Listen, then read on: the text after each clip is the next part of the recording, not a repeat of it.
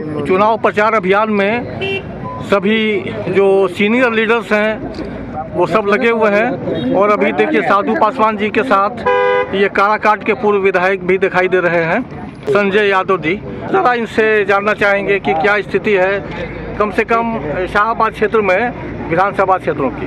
देखिए, शाहबाद विधानसभा क्षेत्र में 22 विधानसभा आता है जी, और मैं अपने नेता जी, जो हमारे गरीबों के मसीहा जो हमारे लालू प्रसाद यादव जी हैं जी, एक आशा भरी निगाह है पूरे बिहार की जनता, जी, पूरे बिहार के युवा, जी, पूरे बिहार के महिला जी, आज तेजस्वी यादव जी के एक विश्वास के साथ जी, इस निगाह से देख रहे हैं कि तेजस्वी यादव जी इस 20 साल बाद कहीं न कहीं परिवर्तन करके और जो लोगों को उन्होंने मान सम्मान देने का काम किया है, जो रोजगार, सिंचाई, कमाई, दवाई, सिर्फ मुद्दे की बात उन्होंने किया है। जी, काश केंद्र में बैठी सरकार और बिहार सरकार सिर्फ मुद्दे की बात करती, सिर्फ लोगों के रोजगार की बात करती, तो मुझे लगता है कि तेजस्वी यादव जी जो जो मुद्दा उठाएं, चाहे 400 पेंशन का मुद्दा उठाए तो उनको मजबूरी में बढ़ाना पड़ा जी, हमारे तेजस्वी यादव जी कोई भी अगर माँ बहन योजना का मुद्दा उठाए तो उनको सिस्टम में आना पड़ा।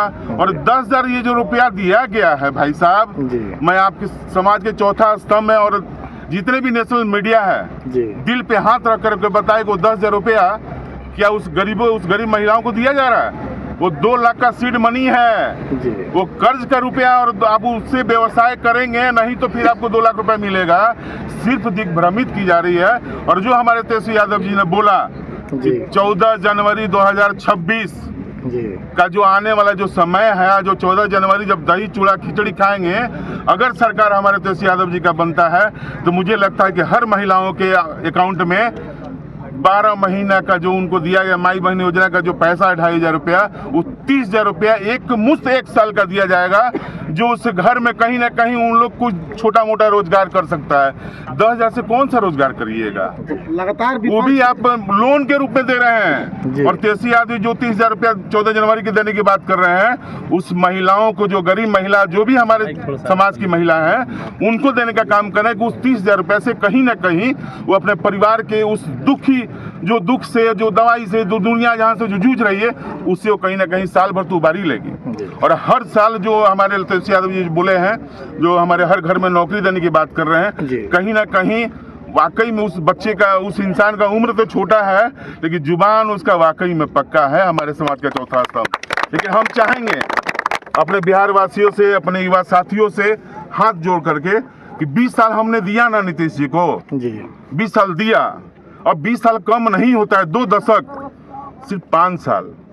मैं दावा करता हूं कि मैं संजय यादव 5 साल में अगर ये जो उन्होंने वादा किया अगर नहीं होता है तो मैं पूरे बिहार में घूम के बोलूंगा कि तेजस्वी यादव को उखाड़ के फेंक देना चाहिए। लेकिन मुझे लगता है एक 5 साल का मौका इस नौजवान को मिलना चाहिए, क्योंकि मुझे पता है कि कहीं ना कहीं ये बंदा कुछ ना कुछ करेगा। नोखा और काराकाट विधानसभा क्षेत्र में क्या स्थिति देखते? काराकाट विधानसभा क्षेत्र हो, नोखा विधानसभा क्षेत्र हो, सासाराम हो, डेहरी हो, मोहनिया हो, करहगर हो, दिनारा हो जी, इस बात पे अपने नेता का, लालू जी के जो लाल हैं तेजस्वी यादव जी को दिल से सैल्यूट है कि उन्होंने टिकट का वितरण वाकई में सही किया है। अगर मुझे टिकट नहीं मिला तो मैं ये नहीं कर रहा हूँ कि हम किसी को बोलूँगा कि वोट आप मत दो।